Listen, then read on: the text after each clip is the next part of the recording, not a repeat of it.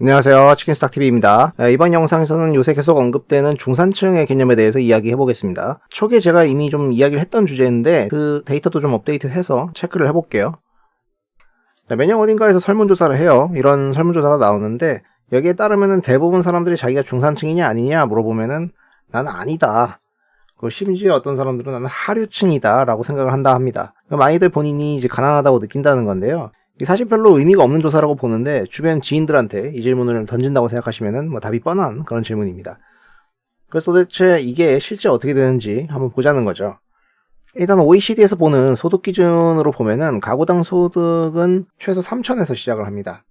참고로 대졸 신입 초봉이 대략 3천에서 4천 정도인데 이 정도면 요 시작점이에요. 요 부근은 된다는 거죠. 그러니까 가구가 만약에 맞벌이까지 하게 되면은 여기까지도 가고 4자고 그러면은 더 오르겠죠.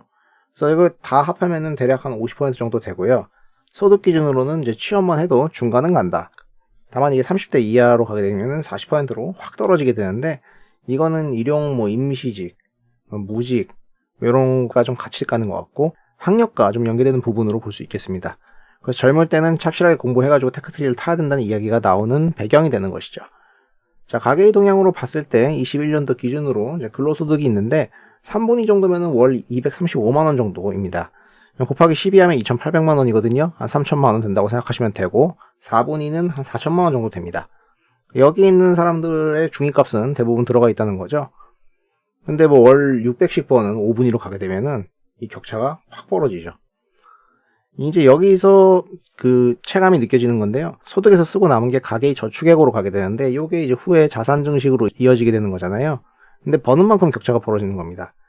이게 격차가 너무 크잖아요.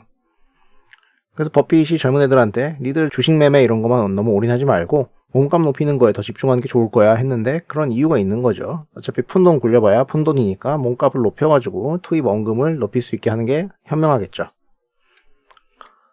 자, 중위소득 기준으로 중산층을 정의했을 때는 이건 IMF 이후로는 사실 계속해서 떨어졌어요. 조금 다시 오르다가 이게 떨어지게 되는데 지금은 이제 60% 언더까지 내려간 걸로 나오는데요.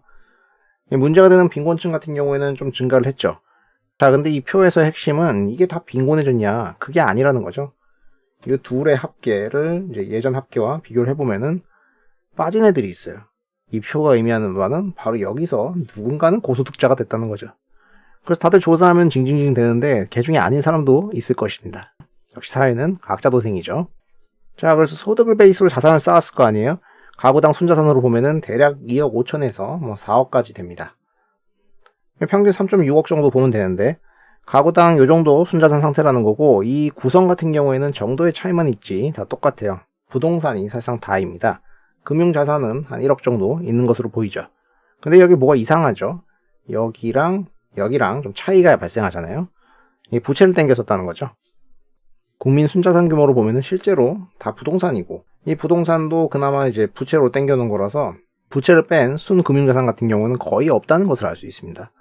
요거를 이제 아까 앞에 표에서 다시 계산을 해보면은 대략 현금성 자산 같은 경우에는 3천만 원도 가계당 없다는 것이 현실이라는 겁니다. 아, 요새 집값이 엄청 비싸다는데 이 숫자 맞냐?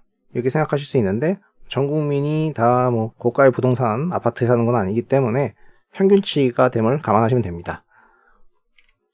그래서 내가 결과적으로 한 8억 이상의 순자산을 갖고 있으면은 대한민국 상위 10%에 들어가는 사람이라는 거죠. 10억 이상이면은 7%고요. 야, 집 있으면 다 부자냐? 예, 부채를 뺀 순자산이면은 분류상으로는 그게 맞습니다. 자, 문제는 이 부가 상위권에 대부분 편중되어 있다는 겁니다. 자산 기준으로 중산층을 끊으면은 사실 여기 어딘가죠?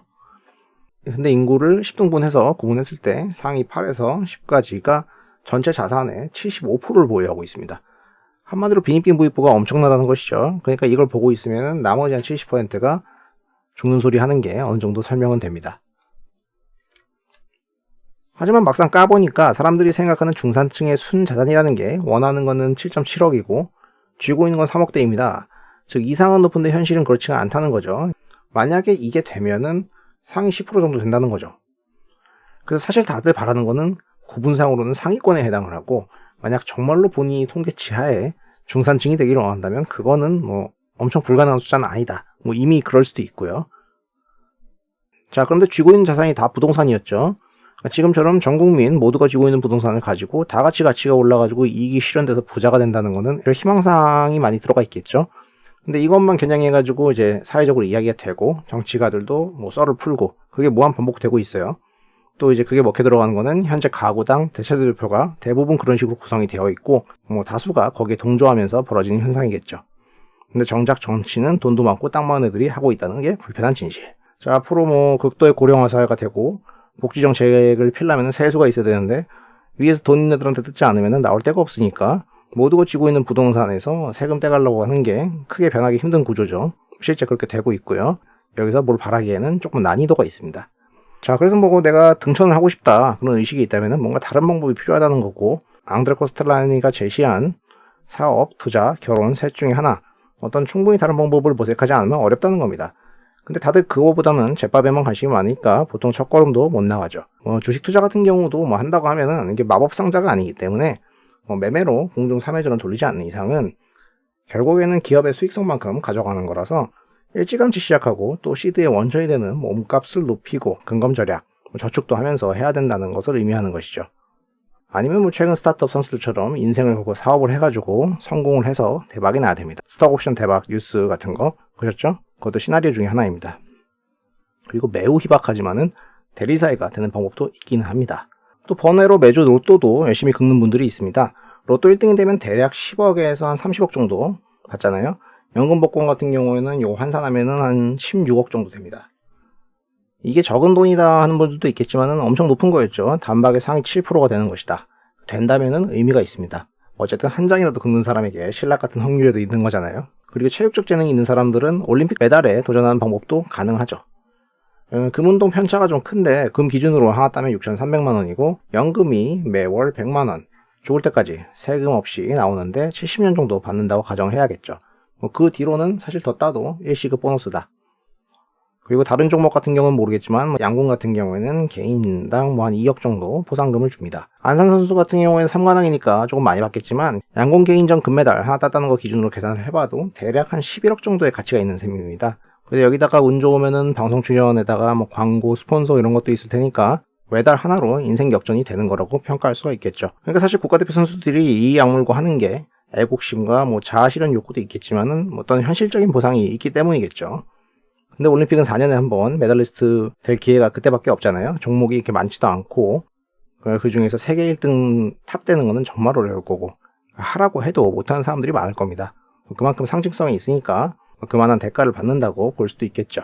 자, 저는 여기서 오히려 노력을 더 열심히 해야 된다는 게 부각돼야 된다고 느꼈어요. 금메달 하나당 11억의 가치가 있다면은 만약 내가 11억을 벌고 싶은데 저런 선수들 정도 노력도 안 하면서 되길 원한다는 것 자체가 넌센스라는 거죠. 그래서 각자가 어떤 방법을 쓰든 정말 열심히 해야 된다. 자, 손자병법의 유명한 한마디가 지피지기 100점 볼 때 나를 알고 적을 알아야 이기지는 못해도 위태롭지는 않다는 것이죠. 현재 대한민국 국민들의 순자산 현황을 받는 각자의 위치와 상황에 대해서 정확히 인지를 하시는 계기가 됐으면 좋겠고, 거기가 시작점이죠. 거기서 보다 좋은 방향으로 나아가기 위해서 방법을 찾아야겠습니다. 불행 중 다행히도 생각보다 대한민국에서의 평균은 낮았고 중산층의 기준도 그렇게 높지는 않았습니다. 그러니까 나 혼자 뒤처진다고 느껴서 너무 좌절할 필요도 없고, 개중에서 올라간 사람들도 있었죠. 그러니까 정말 최상위가 목표가 아닌 이상은 허들이 엄청 높게 설정되지 않았다고 보입니다. 만약에 정말로 열심히 한다고 치고 그 와중에 좋은 흐름이 따라온다면은 극복할 수도 있겠죠. 최상위권에 도달하지 못한다고 하더라도 지금보다는 뭔가 나아진 상태가 되어 있을 겁니다. 여러분 다들 파이팅 하시기 바랍니다. 자, 영상 도움되셨다면 구독과 좋아요 부탁드리고요. 시청해주셔서 감사합니다.